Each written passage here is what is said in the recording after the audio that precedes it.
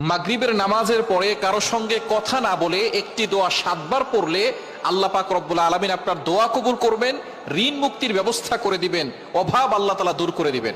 বর্তমান আমাদের সমাজে আমরা অনেকে আমল করতে চাই না। আমলের মাধ্যমে কিন্তু আপনি আপনার জীবনটাকে পরিবর্তন করতে পারেন। আমল দিয়ে যদি আপনি আপনার জীবনটাকে সাজান, দুনিয়াতেও শান্তি পাবেন, আখিরাতেও শান্তি পাবেন। নবীজি সাল্লাল্লাহু আলাইহি ওয়াসাল্লাম আমাদেরকে এমন কিছু দোয়া শিক্ষা দিয়েছেন যে দোয়ার মাধ্যমে কিন্তু আমরা সুখে শান্তিতে দুনিয়াতে বসবাস করতে পারি। নবীজি সাল্লাল্লাহু আলাইহি সাল্লামের কাছে অনেক সাহাবায়ে কেরাম বলতেন, ইয়া রাসূলুল্লাহ, আমার সম্পদ কম, দুনিয়া আমার কাছ থেকে দূরে সরে গেছে, ইয়া রাসূলুল্লাহ কিছু দোয়া বলে দেন। আমি ঋণে জর্জরিত হয়ে আছি, ইয়া রাসূলুল্লাহ কিছু দোয়া বলে দেন। নবীজি সাল্লাল্লাহু আলাইহি ওয়াসাল্লাম তাদেরকে আমল বলে দিতেন। তারা আমল করে অনেকটা উপকৃত হতো, দুনিয়াতে তারা সম্পদের মালিক হয়ে যেত। সুতরাং আপনি যদি অভাব দূর করতে চান এবং ঋণ থেকে মুক্তি পেতে চান, অনেকে ঋণের জ্বালায় জর্জরিত হয়ে গেছে, ঋণের বোঝায়, ঋণের টেনশনে তাদের চোখে ঘুম আসে না।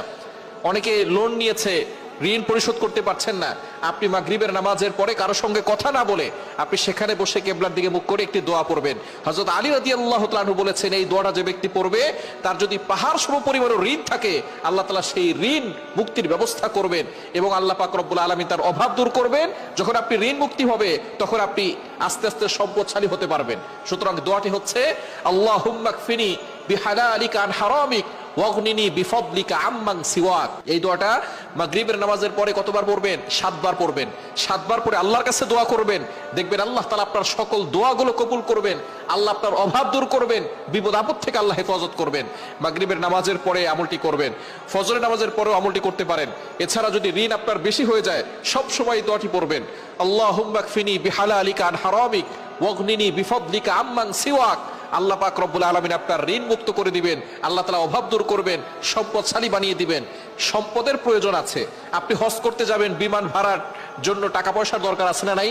যাকাত দিতে হলে যদি আপনি যাকাত দেওয়ার নিসাব পরিমাণ মালিক না হন, তাহলে আপনি যাকাত দিতে পারবেন না।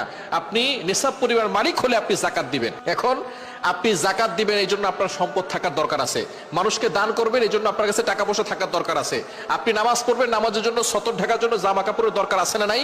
এই কাপড় কিনতে হলে টাকার দরকার আছে না নাই? সম্পদের দরকার আছে। তবে সম্পদ আমাদের মূল লক্ষ্য নয়, আমাদের মূল লক্ষ্য হচ্ছে জান্নাত। আমরা মূল লক্ষ্য জান্নাতের টার্গেট করব, যে জান্নাতে যাব। তবে জান্নাতে যাওয়ার জন্য ইবাদত করতে হবে।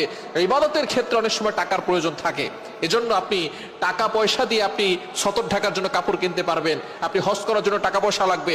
আল্লাহর কাছে দোয়া করবেন, আল্লাহ তাআলা যাতে আপনাকে হালাল ভাবে সম্পদের মালিক বানান। তাহলে আল্লাহ পাক রব্বুল আলামিন আপনার ঋণ মুক্তির ব্যবস্থা করবেন, হালাল ভাবে সম্পদ দিবেন। এজন্য আপনি মাগরিবের নামাজের পরে কিবলার দিকে মুখ করে কারোর সাথে কথা না বলে এই দোয়াটা 7 বার পড়বেন, আল্লাহুম্মা কফিনি বিহালালিকা আন হারামিক ওয়াগনিনি বিফদলিকা আম্মান সিওয়াক। এভাবে 7 বার পরে আল্লাহর কাছে একিনের সাথে দোয়া করবেন, আল্লাহ তাআলা দোয়া কবুল করবেন, ঋণ মুক্তির ব্যবস্থা করবেন।